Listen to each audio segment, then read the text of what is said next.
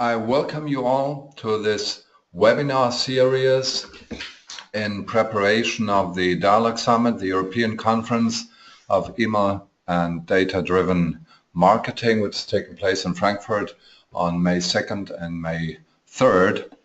And today we have with us Kath Pay, the email specialist from UK. Kath Pay, she is working in email marketing and digital marketing since 17 years, an old veteran. In 2001, Kath co-founded Ismail, one of the pioneers of the email marketing industry in Australia, which later on went to UK also.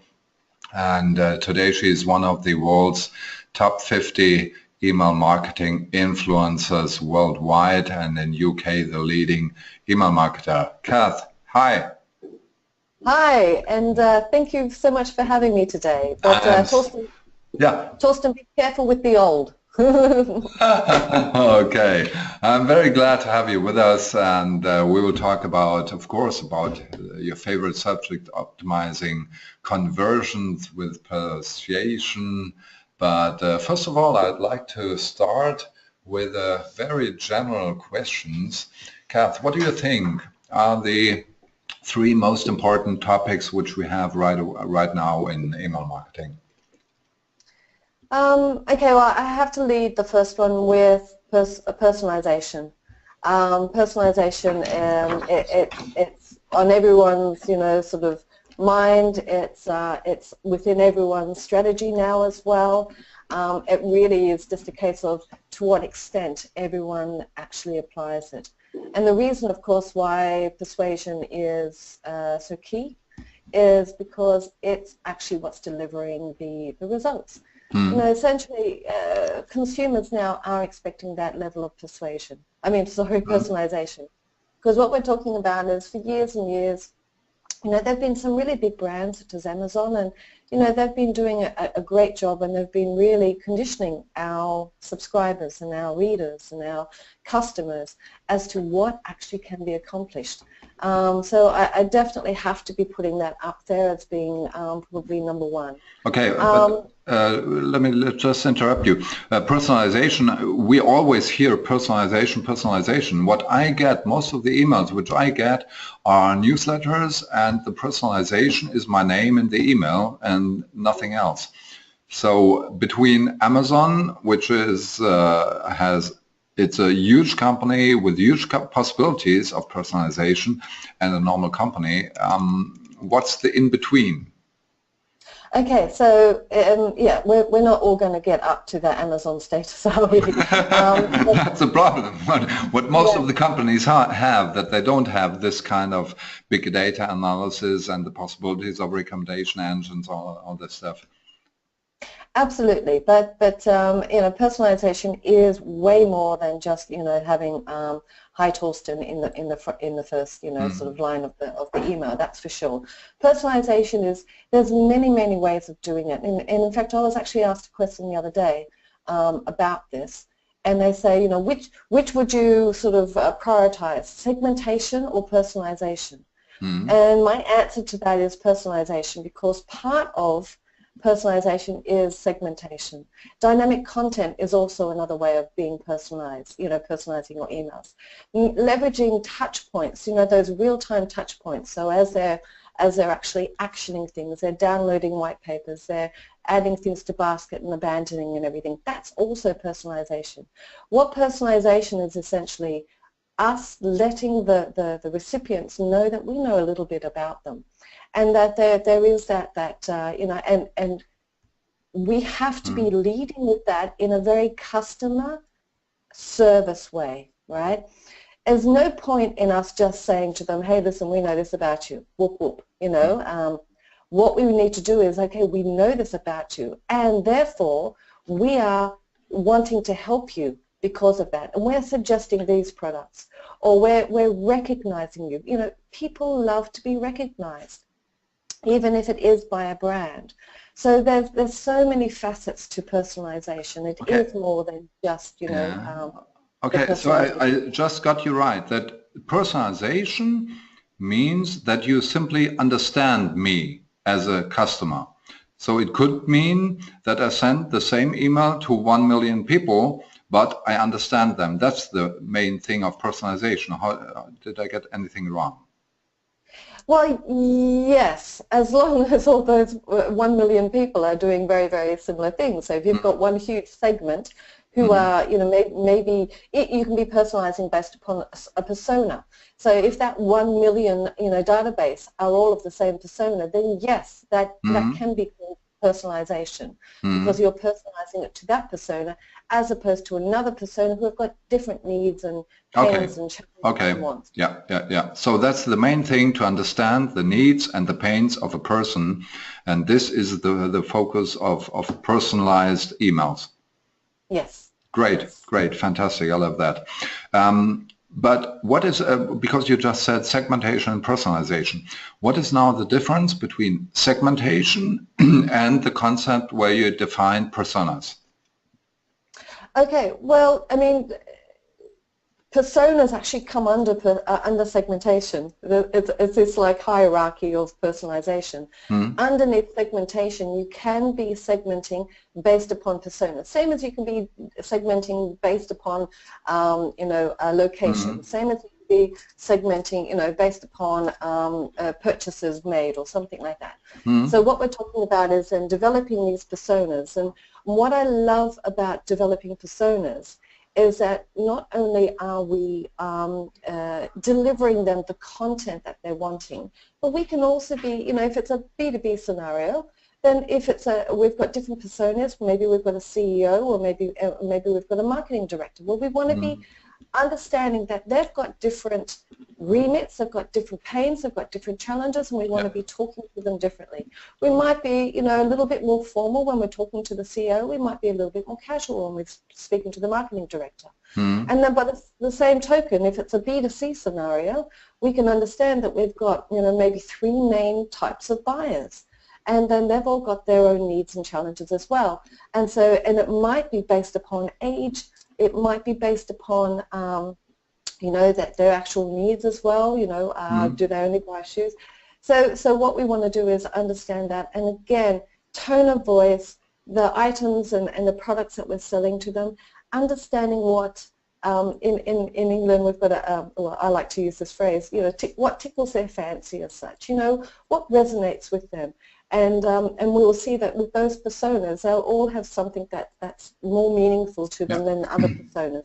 So as long as we're addressing those needs. Yeah, it sounds a little bit like some companies, they say, okay, we have 3 newsletters. We have one newsletter which goes only to the CEO, and then we have a marketing newsletter and so on. So isn't it a kind of similar concept where you say, okay, we have different lists, and this list goes to that group, and this list goes to that group, and so I can concentrate on that group and understand that group, see what they click and what they don't click, so I see a little bit what they like and what they dislike.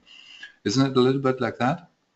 Yeah, absolutely. And, you know, and you've hit the nail on the head there as far as, you know, it isn't just about us pushing out those emails, but it's then about us also going through and examining the responses and finding out a little bit more about them so that we can continually be optimizing and sending them, you know, items and products and services and everything that meets their needs and addresses where they're at and their challenges. Absolutely. Okay. And okay, now we have something which I really love, that concept of understanding the audience and having this persona concept. But on the other hand, all the techie guys, they tell us, no, it's not enough. We need more hyper-personalization. We need different items within an email to be personalized. What do you think about all these ideas?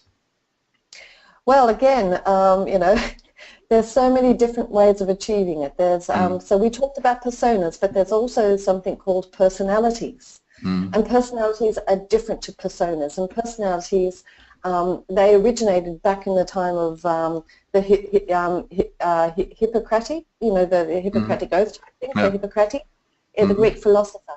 And so basically what he identified was these 4 different, what he called humors.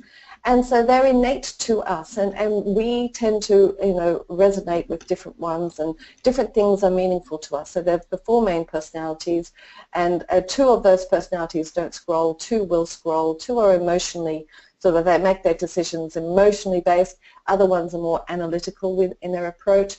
So we can be also identifying that too.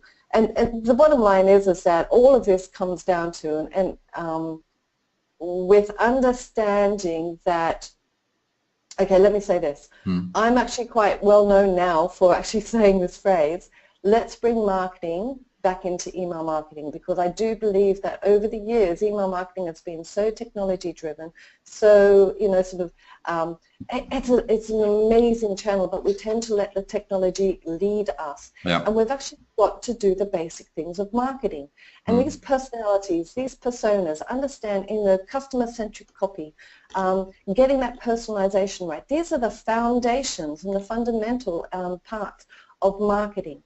And so we're actually, and that persuasion that I'm going to be talking about at the Dialogue Summit. All of these are the fundamental areas of marketing, and I really believe that that needs to be brought back into email marketing. And we actually do, leverage the wonderful channel that email is with the technology. I mean, we have some of the best technology out there. So, get all of that happening, leverage it, make the most of it, but also don't forget about the basic marketing principles too. Great. Those people we want to understand, those are people who get not only 3 emails per day, but 30 emails per day. So how do we convince them to be interested in our email? Because it's going to be difficult if a lot of companies compete for this attention in the inbox. It's going to be difficult to get conversion for our company.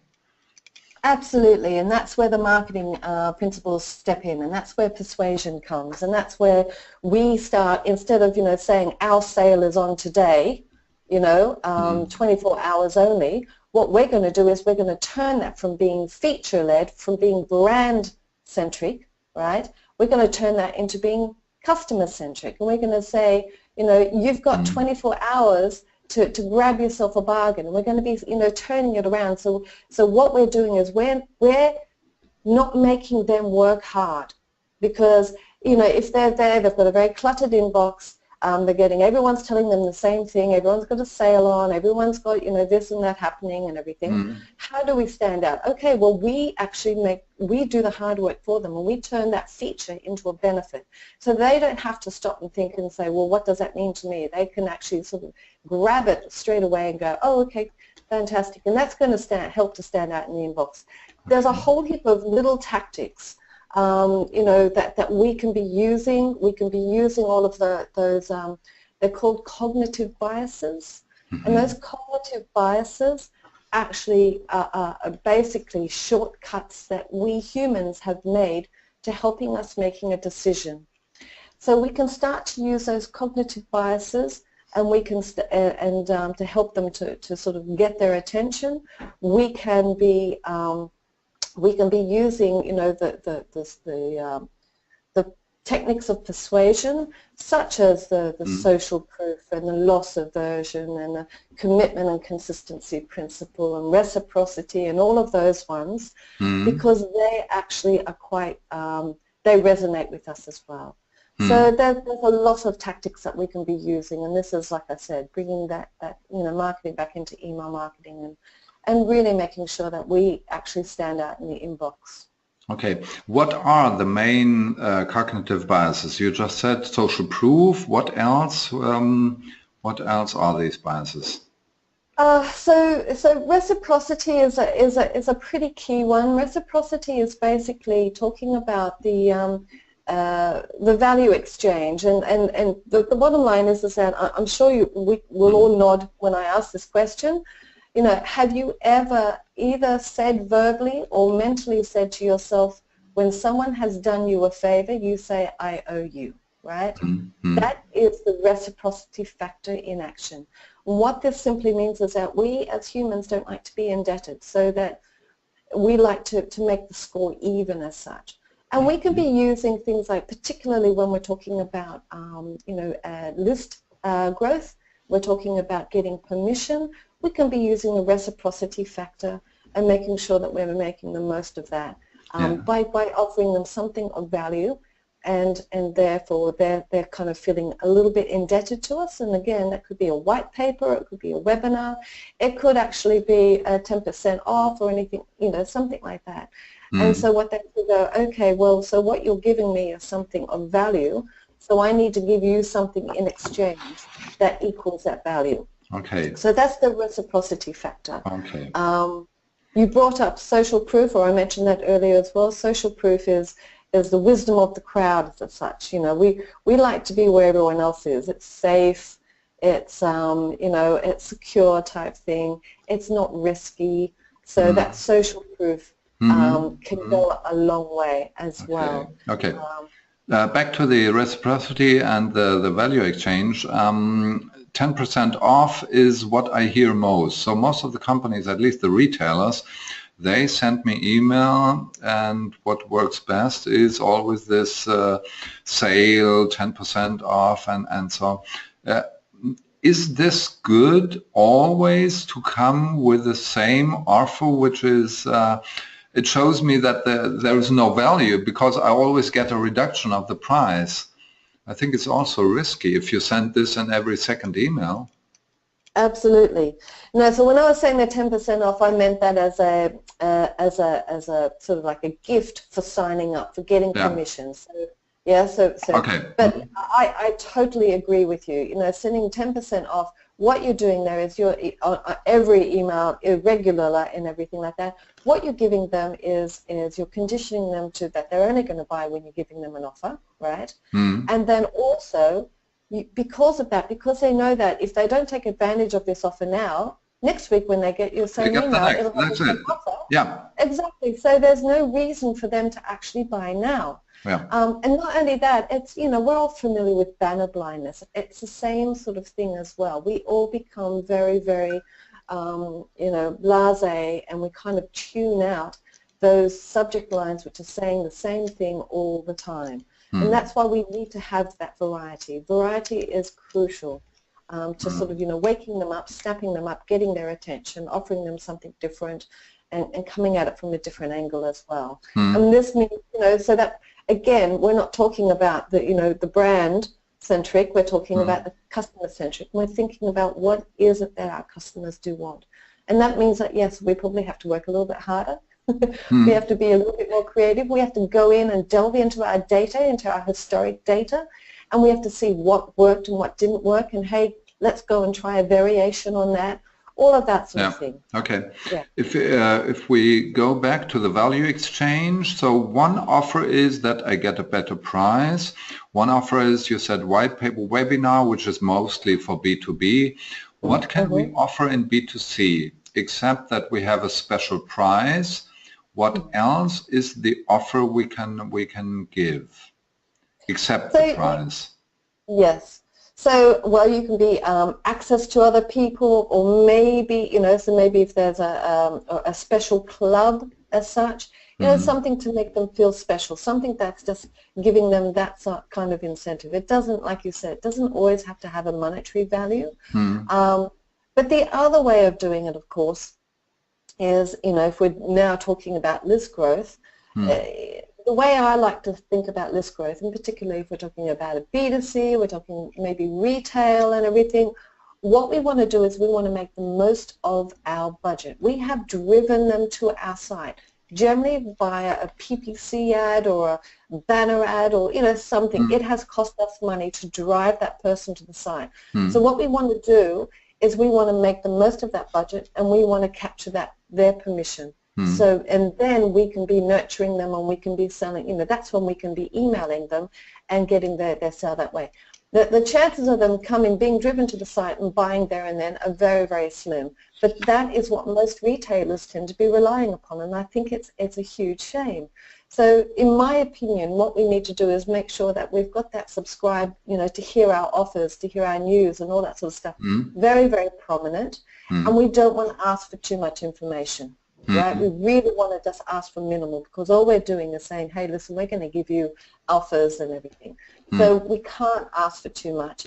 And then what we're doing as we go along, that's when we'll be collecting more data.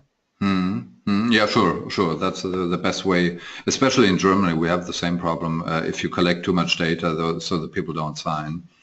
But yes. Back to the conversion, let's take it for granted that so you conversion to get to our main topic, conversion, means for you, of course, that we use conversion to get more list growth and to collect less data in the beginning, but collect the data later on. Did I get you right? Yes, when we're talking about list growth, absolutely. So there's micro conversions, and then there's your ultimate conversions. Your ultimate conversion in that case would be to get them to purchase. Your micro conversion is getting them to sign up to the website. Yeah. Sign up to the newsletter. Yeah. So, and conversions are whatever your objective is. And again, I think email tends to be one of those channels that we forget about objectives, and we just sort of get into this rut, and we just sort of do things, it's very systematic, it's very often very rushed because we tend to be under budgeted, and so we kind of forget about the basics.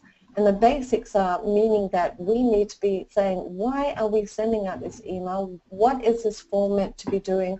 What is the purpose of this webinar? All the rest of it, and make sure that our objectives are very, very clear, and our messaging is very, very clear, and we're doing everything. So basically, if I go back to the list growth side of things, often people sort of don't focus so much on, what is the purpose of this. They think we need X amount of data, and that's it. So that's their objective, is we need X amount of data, right? But the bottom line is that you can collect that X amount of data later on, and probably you and we both know that the data that is the informed data that is provided by the actual recipient isn't always as good quality as the actual action data, the behavioral data, the data that we're collecting about what they're looking at, what they're consuming, what they're buying, and all that sort of stuff. That's the real data that we want to be. And this data we can directly measure, and this is also one of the things with the conversion optimization. I think we just talked about the motivation of somebody to convert, to react on an email, and the first thing is, of course, the subject line. So a lot of people tend to make A/B testing of subject line in order to optimize their conversion. Okay? Absolutely. Yep. What do you think about doing these A/B testing short term, because we just talked about the problem that 10% off converts better than, for example, something like having a special club and be special. So a general subject line will convert less good than a subject line which has 10% off. So isn't it critical also on the short term to always do this A/B testing of subject lines with respect to conversion? Absolutely, but I also, we're now talking about, I could be talking for 2 hours on this subject alone. I'll try and condense it, but essentially, when we're testing subject lines, we don't want to just be testing for the short term. We want to be testing for the longitudinal wins as well, and those longitudinal wins are actually finding out what does motivate them, what does work with them, and we can then implement those findings. So not only with the test we're finding out which version wins, A or B, but we've gone through, and it's a strategic test. It's not an ad hoc one that we've just sort of go, oh, we'll test this subject line, we'll test this subject line. We're testing based upon a hypothesis, and that hypothesis is saying, I'd like to find out if our audience likes percentage off deals, or would they prefer exclusive deals, right? And then we can start to create our strategy based upon that. And if we delve a little bit deeper, we might find that one segment, maybe our first-time buyers actually like the percentage off deals because they're not really familiar with us yet. And they want to dip their toe in the water, but they don't want to invest too much. And so therefore it's kind of like, okay, you know, maybe that's the best thing to do. However, our long-term regular clients who know us, who are really happy with our products and love our service and everything like that, they want to be felt, you know, they want to feel special.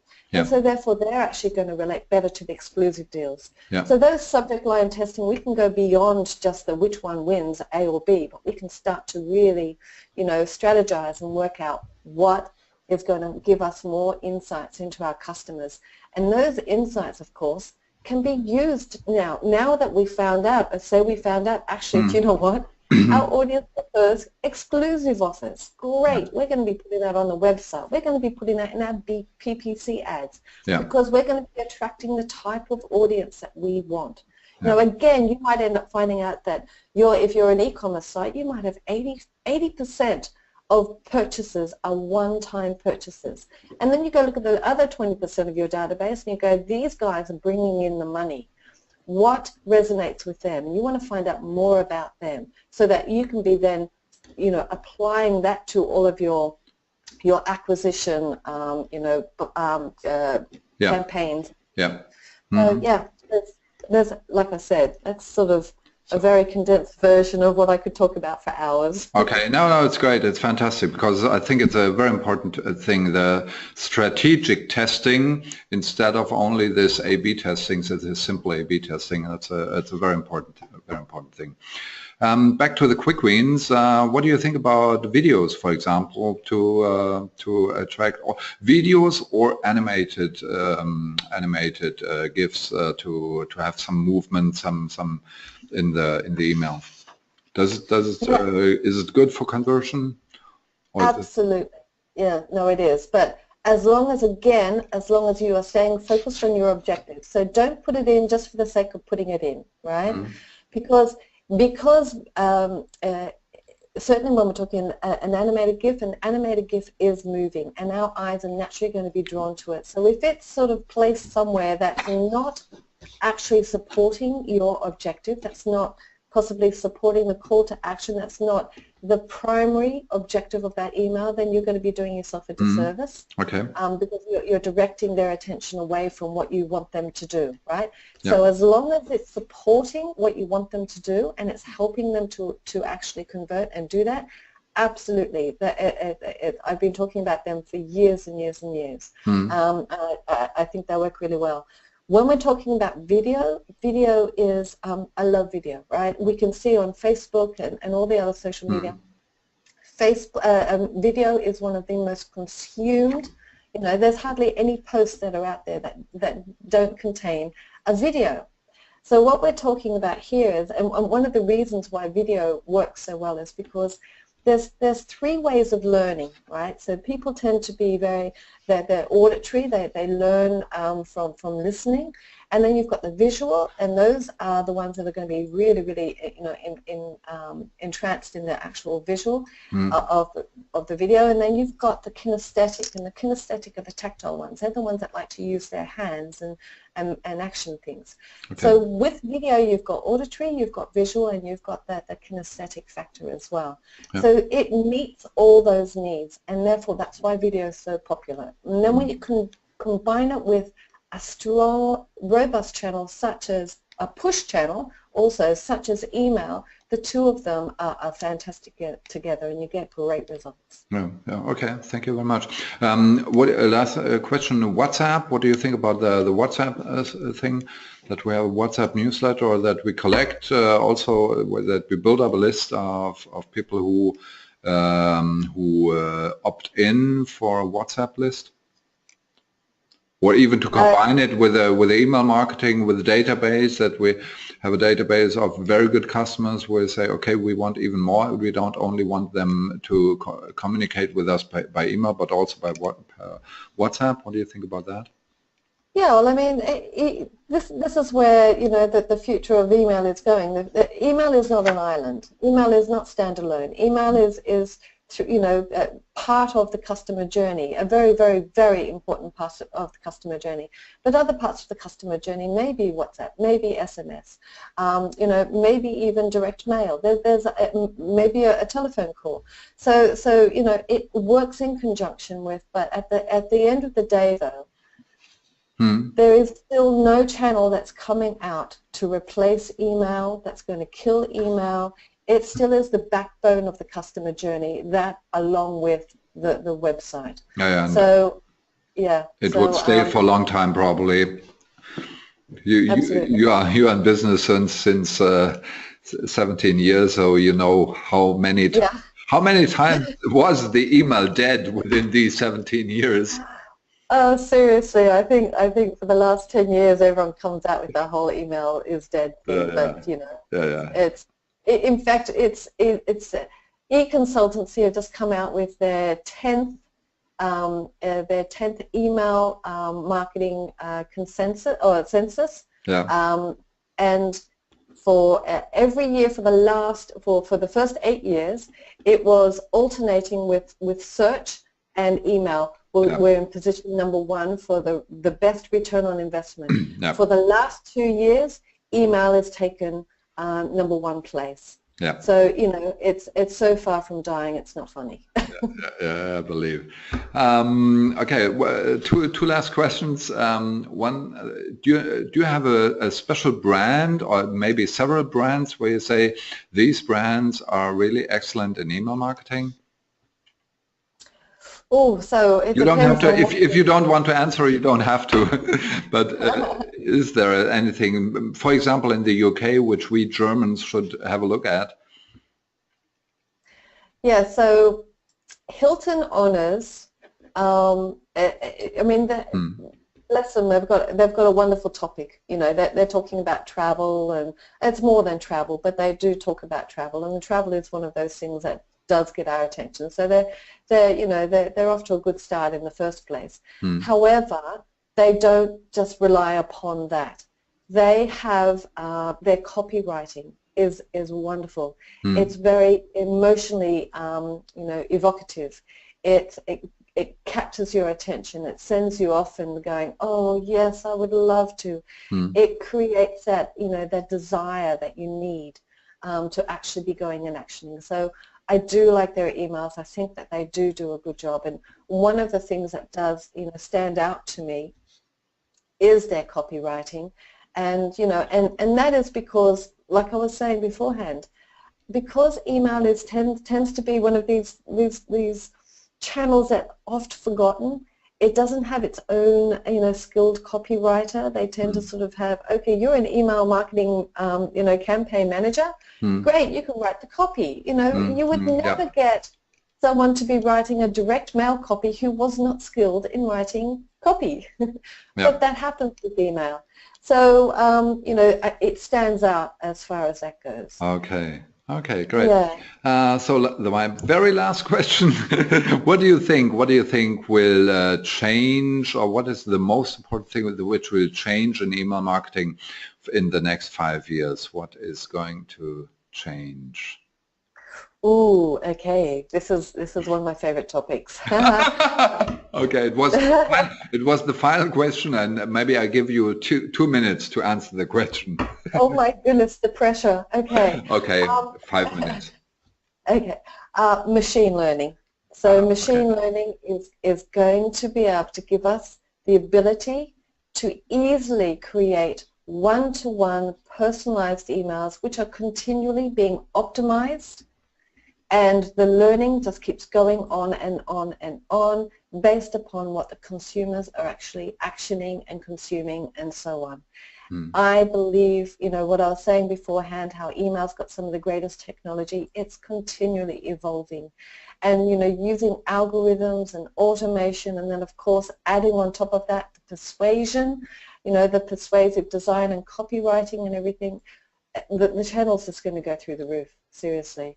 Okay. So, yeah, machine learning, those algorithms, I to make a big change. Sorry that I ask another question, but it's related to this.